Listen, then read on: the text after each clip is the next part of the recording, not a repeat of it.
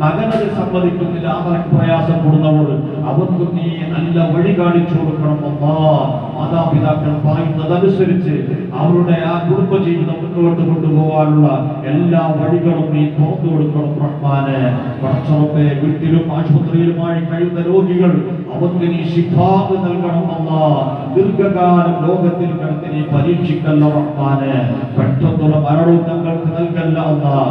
അപകട മരണങ്ങളും ഞങ്ങൾക്ക് നൽകല്ല റഹ്മാനെ. മഴ തുടങ്ങി അപ്പോഴേക്കും പ്രയാസങ്ങളാണ് കേൾക്കുന്നത്. എല്ലാ പ്രയാസങ്ങളും ഞങ്ങൾക്ക് നീ സലാമത്ത് നൽകണം അല്ലാഹ്. നീ സലാമത്ത് നൽകണം റഹ്മാനെ.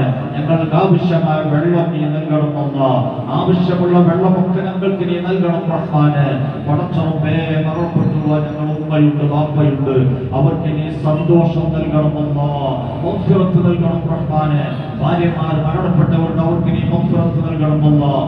മക്കൾ മരണപ്പെട്ടവരുടെ അവർക്ക് നീ മഗ്ഫിറത്ത് നൽകണം റഹ്മാനെ. പടച്ചറപ്പേ, ഞങ്ങൾ വിട്ടുപിരിഞ്ഞ ആരൊക്കെ എവിടൊക്കെയുണ്ടോ എല്ലാവർക്കും ഈ ദുആയുടെ ഞങ്ങൾ ഓതിയതിന്റെ പ്രതിഫലം സന്തോഷത്തോടെ അവർക്ക് നീ എത്തിച്ചു കൊടുക്കണം അല്ലാഹ്. അത് ആസ്വദിക്കാൻ അവർക്ക് നീ തൗഫീഖ് നൽകണം റഹ്മാനെ. പടച്ചറപ്പേ, ഞങ്ങളുടെ മാതാപിതാക്കളെ കുരുത്തോ ഞങ്ങൾക്ക് നൽകണം അല്ലാഹ്.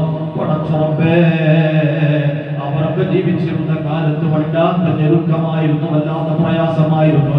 ഇന്നിപ്പോൾ ഞങ്ങൾ വലിയ സന്തോഷത്തിലാണ്. അവർക്ക് വേണ്ടതുപോലെ ഒന്നും ചെയ്തു കൊടുക്കാൻ കഴിയാതെ വിട പറഞ്ഞ ഞങ്ങൾ ഉമ്മയും ബാപ്പയും ബന്ധപ്പെട്ട ഒരുപാട് ആളുകൾ അവർക്ക് നീ റാഹത്തും സന്തോഷവും നൽകണം അല്ലാഹ്. ഞങ്ങൾ ആസ്വദിക്കുന്നതിന് ആസ്വാദനം അത് ആസ്വദിക്കാൻ അവർക്ക് നീ ഖബറിൽ തൗഫീഖ് നൽകണം റഹ്മാനെ. നാളെയോ മറ്റന്നാളോ ഈ ലിസ്റ്റിൽ ഞങ്ങൾ ഉൾപ്പെടുമല്ലോ. ആ സമയത്ത് ഞങ്ങൾക്ക് ദുആ ചെയ്യുന്ന മക്കളെ ഞങ്ങൾക്ക് നൽകണം അല്ലാഹ്. ഭാര്യമാരെ നൽകണം റഹ്മാനെ. സ്നേഹിതന്മാരെ നൽകണം അല്ലാഹ്. കൂട്ടുകാരെ നൽകണം റഹ്മാനെ. നാട്ടുകാരെ നൽകണം അല്ലാഹ്. എല്ലാ ദിവസവും എന്തെങ്കിലും കിട്ടി ആസ്വദിക്കാൻ ഞങ്ങൾക്ക് ഖബറിൽ അവസരം നൽകണം അല്ലാഹ്. ഞങ്ങളൊക്കെ ഞങ്ങളുടെ മാതാപിതാക്കൾ ദിവസവും യാസീൻ ഓതാറുണ്ട്, ഫാത്തിഹ ഓതാറുണ്ട്, സൂറത്തുൽ ഇഖ്ലാസ് ഓതാറുണ്ട്. അതുപോലെ അതിനേക്കാളേറെ ആസ്വദിക്കാൻ ഇതൊരു നിമിത്തമായി ഞങ്ങൾ ഇങ്ങനെ കബൂലാക്കണം അല്ലാഹ്. ഒരു സെക്കൻഡ് പോലും ഖബറിൽ ശിക്ഷ അനുഭവിക്കാത്തൊരു ജീവിതം ഞങ്ങൾക്ക് നീ തന്നാൽ, ഞങ്ങളുടെ മാതാപിതാക്കൾക്ക് കൊടുത്താൽ, ഞങ്ങളുടെ ഭാര്യമാർക്ക് കൊടുത്താൽ, മക്കൾക്ക് കൊടുത്താൽ നിനക്കൊന്നും നഷ്ടപ്പെടാനില്ലല്ലോ. ആ നിരക്കുള്ള സുഖജീവിതം പരലോക ജീവിതത്തിൽ ഞങ്ങൾക്ക് നൽകണം അല്ലാഹ്.